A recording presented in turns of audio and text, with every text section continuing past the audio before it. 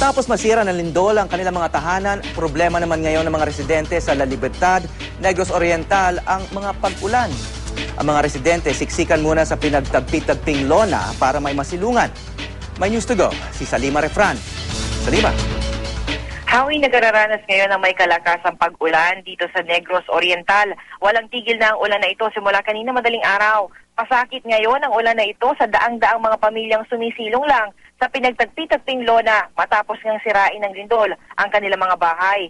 Wala kasi silang mga panapin sa lupa na ngayon ay putik na. Samantala, hindi ba malaman ng mga rescuer kung magpapatuloy ang search and retrieval operations sa landslide area sa Barangay Solongon sa bayan ng La Libertad.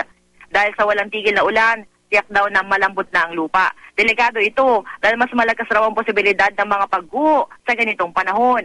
Ayon naman sa Pag-asa, magkararanas sa Visayas ng moderate rain sa buong araw dahil na rin sa tail end ng cold front. At kahit ganito man ang panahon, papunta na ng La Libertad ng Kapuso Foundation para sa isasagawang soup kitchen. Umaasa ang foundation na sa tulong ng dala nilang mainit na sabaw, kahit paano ay mapapawi ang gutom at mabubuhayan ng loob ang mga residente. Yan muna mula dito sa Negros Oriental, Salima Refran, GMA News.